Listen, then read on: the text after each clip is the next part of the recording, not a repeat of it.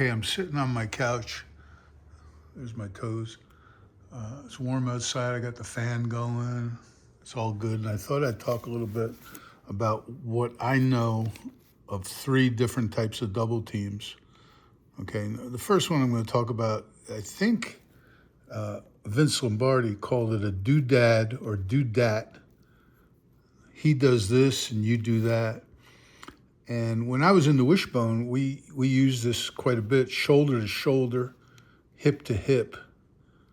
The problem with shoulder to shoulder is you must stay together, okay? And you got a problem if there's a run through. But going down to this, we always had in the wishbone, we always had the center handling that and the quarterback handling that, okay? But both blockers, we used to train it where both blockers had an open leg, okay? This blocker had his open leg here, and this blocker had his open leg here.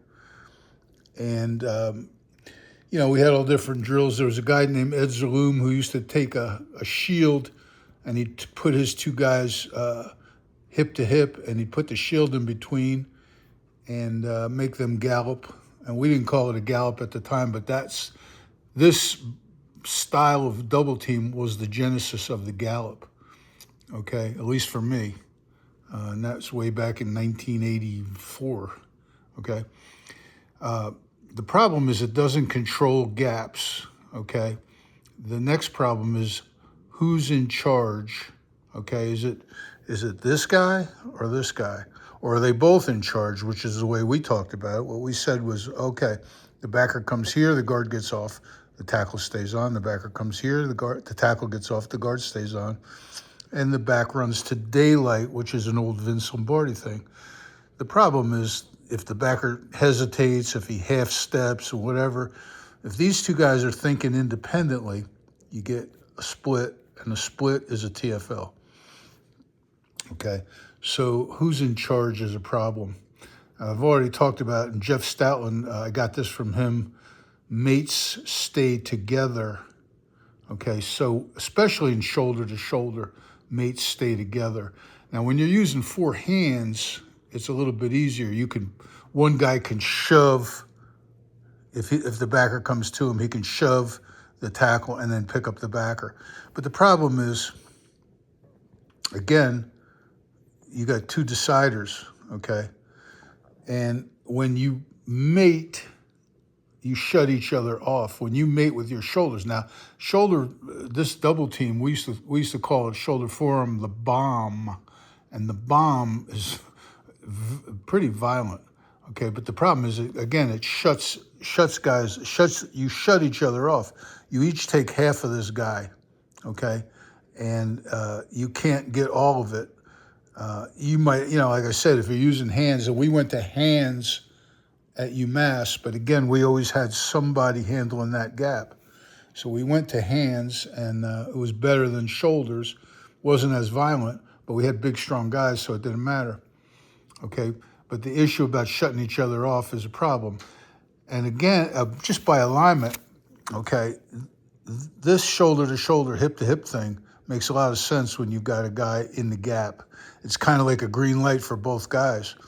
But when you get this, okay, a yellow light and a backer in an eagle, okay, you got a little bit of a problem. You got to change your footwork. Okay, here, if I was doing it today, I would have both guys skip into it. In other words, he'd move this foot first and skip into it. He'd move this foot first and skip into it. And what that would do is it would allow this guy to get off on any intruders.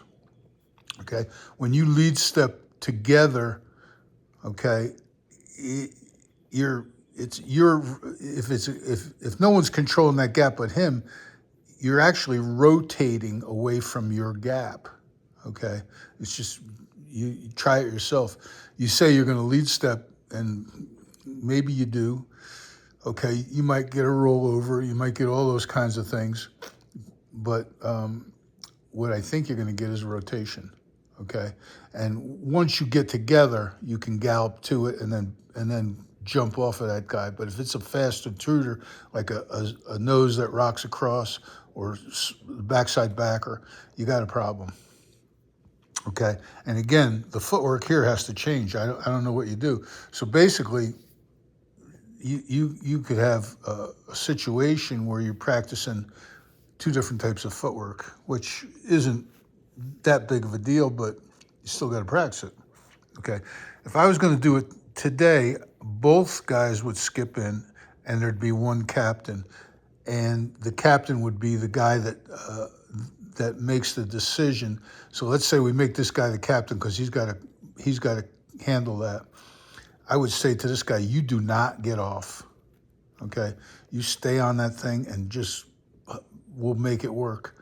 Okay, but we don't want to get split. And when we have two captains, two deciders, generally speaking, you're going to get a split. Watch it yourself. Okay, now I'm going to go to the next style of double team, and the hay bale. Okay, and that's my term, the hay bale. Okay, the idea was we were going to take the inside guy, and with help from the tackle, we were going to throw him like a bale of hay into the truck, and that's a torque. Okay, it's pretty good. It works pretty good. Now you don't get this kind of push. But let me go back to this thing.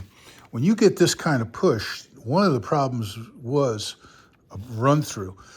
I coached one game where we killed this guy, and we ran a power play 15 times. The backside backer ran through and got us 15 times for 1 yard gains.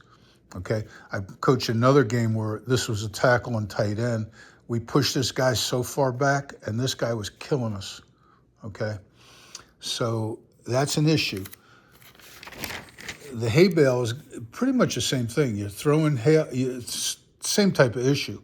Okay, when you even if you step with your inside foot, when you rewind to grab this thing, okay, you got a little bit of an issue with late run-throughs or late intruders, okay? And your seaside guides, so in other words, you're handling these gaps, he's handling this gap, and he's handling this gap. Your seaside guy, and that's the guy that sees the gap, he's going to come back and rewind and grab this, and he's just going to hit it like it's a tee shot. This is like a golf tee. You're the golf tee and you're the club, and boom, and knock it over. And it's very powerful, okay? There's really good definition, and it uses torque, which is one of my favorite things, okay? This guy is torquing. He's grabbing and torquing, and I skip into this. I've seen people take a lead step into it. I think that the lead step, you get some issues with if the guard has to get off, this guy might skin you. So I like to skip and close the gap, okay, and stretch with the hands, okay. And the thing to me is it's not. I always had a problem with intruders, and the intruder would be that zero nose, okay, or a backside backer. So you're essentially rewinding back. Now, we do use it here, okay.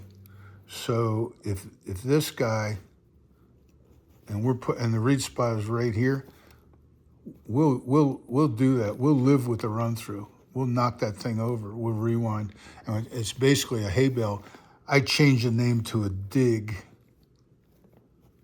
okay, because we're going to come back and dig this guy out, okay.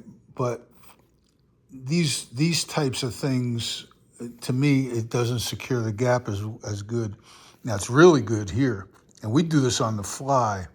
Okay, both of these guys will step with the inside foot, and he'll come back, and that's an easy grab versus yellow light. Okay, no problem. Versus that, it's really, you really got to come back to it. And if this guy splits you because he's stepping up the field rather than skipping to close the gap, you got a problem. Okay, so we skip into this and rewind. Okay, and it's a good way to handle 25%, 75%. these two guys sort of shut each other off, but he's really hammering this, so he wants to get in front of it, okay? So even though it's aligned with a man in the gap, we're giving this guy most of it, okay, and knocking it over. And we're counting on this punch to shut anything off here, okay? Sometimes it doesn't work, okay? But if this guy really hammers that and knocks it over, it's pretty good, okay? And it keeps him square. He's got to stay square, in my opinion, so he can climb up to the spot, all right? Okay, I think it's really good against this. And like I said, in the third way of double teaming, which is the way I'm selling now, it's money, okay? And I call the third way veer style, okay? And what I like about it is it controls the gaps, and the footwork versus all fronts is exactly the same, okay? You don't have to worry about, that type of alignment. Everybody's using the same footwork no matter what the front, okay?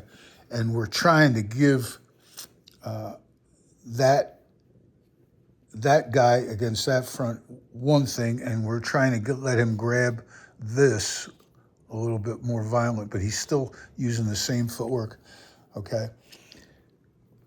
The seaside guy is in charge, and the seaside guy here, okay, in the hay bale, he's also in charge.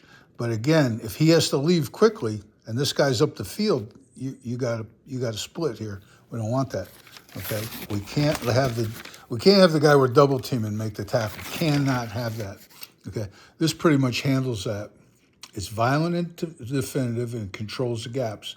There's one guy in charge, and we can rep it over and over and over again. Same footwork against all sorts of alignments. There is a problem, though, with True Eagle.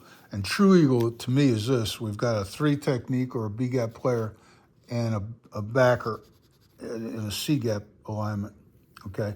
This is more of what my old buddy John Gutekunst used to call nest, all right? A little bit easier to deal with.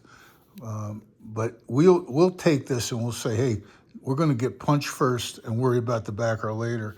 And this guy being the captain, he can steer this double team to shut that off. But we've got to make the running back coach realize that quick thing, he might have to just bury himself in here. Okay, the running back might have to bury himself in the double team. The good news, though, is we're going to bang the crap out of this guy. Okay, now when we do have yellow light, it's money. He's going to step, roll the shoulder, and by the way, this is a shoulder roll. Okay, this chip is a shoulder roll. I think in one of my videos I'm calling it a twist. He's going to twist that shoulder down and come back and rewind with the shoulder. So he's always going to have the open leg here. He's always going to be facing in this direction or looking in this direction, and he assumes he's going to take this guy, so there's no chance for a split. Of course, if this guy spikes, it's an easy grab, et cetera, and so on. He stays square. Okay? Slide veer or just a plain old brace, okay? Slide veer or plain old brace. If there's a threat for a nose guard, we're gonna take a plain old brace, okay? But we just gotta not give up TFLs. And we are going to rewind. Here he would grab with 2 hands. Here he would just use the shoulder chip and keep one hand free. Okay, I've gone over this ad infinitum. But we got it. The weakness is we got to coordinate with the running back coach versus this front. And the saving grace, of course, is this: run power. Okay, put the double team on this backer, bring him around and wrap it, and then just follow that. But we're going to cave the hell out of this guy, and we're going to take him this way, okay? All right, and just to go through it, okay? Step with the inside foot, roll the shoulder down, come back and chip the crap out of it. Take 25% of this guy, give him 75%. He's going to skip and cover the 3 technique, okay? If it's a 4-eye, he's going he's not going to skip because there's nobody to skip to, but he's not going to block the 4-eye. He's going to try and go through the veer. Let the 4-eye block himself. If the 4-eye stays on the outside shoulder, he's going to rewind and pressure him out, just like the guard does against the 3 technique. Okay, I really like this, the veer style, and this is way back. The first time I ever saw anything like this was we went to go visit Arkansas State with Larry Lacewell, and they were doing this, and they got it from Oklahoma, and they called these things slide veer steps. So I stole that way back when. I'm not going to slide veer this guy. I'm going to skip to him, get that quick cover. Okay, head in front cover. Okay, and of course using the hands. All right. Anyway, those are the 3 double teams as I say them. I'm selling this one, using this one for certain situations. Okay, here, and pretty much put this one on ice. Okay, the doodad. Sorry, Coach Lombardi. It's just the way I see it.